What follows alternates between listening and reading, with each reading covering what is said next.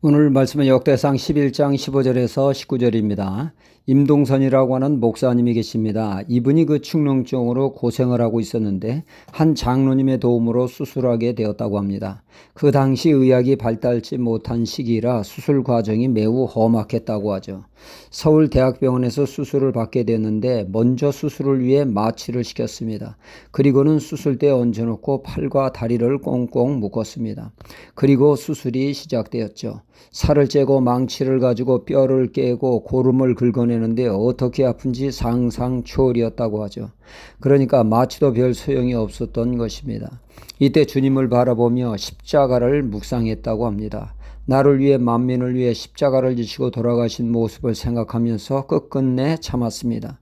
예수님의 가시관 못자국 창자국을 생각하면서 말이죠. 드디어 수술은 끝났습니다. 그러나 안도하기는 이르렀죠.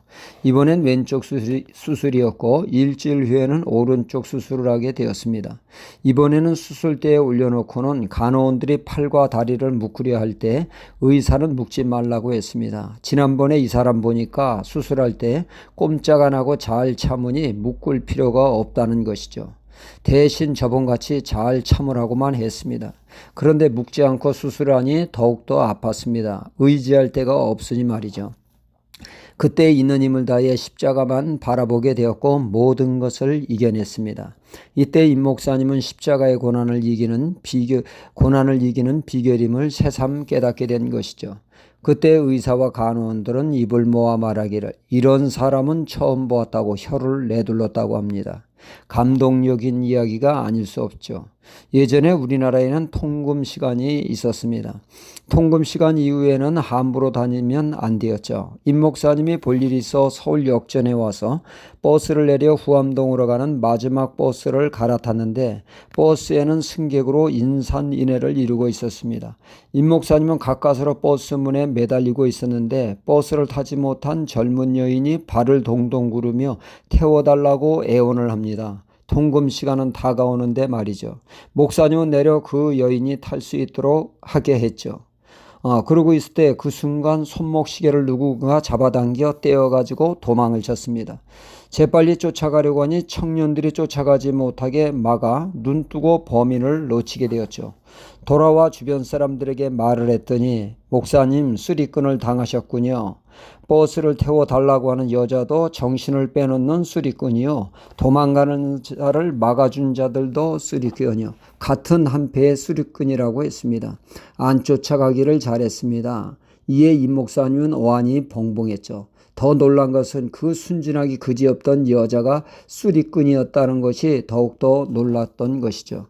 임 목사님은 그 여자를 불쌍히 그리스도의 사랑으로 양보를 했는데 수리꾼이라는 것이 그 영혼이 불쌍하기 짝이 없었습니다. 그 사건이 있은 지 며칠 후 한 교회에서 임 목사님은 붕회를 인도하게 되었습니다. 설교 시 목사님은 무심코 며칠 전 버스 정류장에서 시계를 쓰리맞은 것을 이야기하며 세상 인심이 각박해졌다고 개탄하는 말을 했습니다. 아무 생각 없이 한 말인데 이튿날 예배 끝나고 다들 집으로 돌아가는데 남자 두 분과 여자 한 분이 각각 손에 무엇인가 들고 임 목사님 앞으로 다가오는 것이었습니다. 임 목사님 여기 시계 하나 가져왔어요. 제 정성이니 받아주십시오. 세 사람이 그러면서 시계를 주었습니다. 순간 임 목사님은 아차 내가 강단에서 큰 실언을 했구나. 성도들 내일 저녁 시계 가져오라고 한 것과 다름없는 것이 되었구나. 이에 임 목사님은 극구 거절을 했으나 그분들은 한사코 받으라고 하여 어쩔 수 없이 받게 되었다고 합니다. 어느 목사님은 신학생들에게 목회할 때 아무리 좋은 것도 한 번만 좋다고 말해야지 연거푸 3번 좋다고 말하는 것은 그것을 나에게 달라고 하는 것과 같다. 그러니 목사는 좋은 말이건 나쁜 말이건 말 조심해야 한다고 가르쳤다고 합니다. 오늘 말씀의 다윗은 아굴람굴에서 생활하고 있었는데 다윗의 고향 베들레헴 성문의 그 우물물이 그리웠습니다. 가슴을 시원하게 하던 그 물이 말이죠. 그는 아무 생각 없이 그 물이 그립구나. 이 말을 들은 그의 부하 3사람이 저기 포진하고 있는 베들레헴 우물에 가서 그 물을 떠와 다윗에게 바치게 됐죠. 이에 다윗은 내가 아무 생각 없이 한 말 때문에 부하들이 물을 구하기 위하여 생명을 걸었던 것이죠. 다윗은 그 물을 마실 수가 없었습니다. 이 물은 물이 아니라 부하의 생명인 피와 같은 것이기에 하나님께 부어드렸다는 말씀입니다. 정말 우리가 살면서 말 조심해야 합니다. 이를 세상 깨닫게 하는 말씀이죠.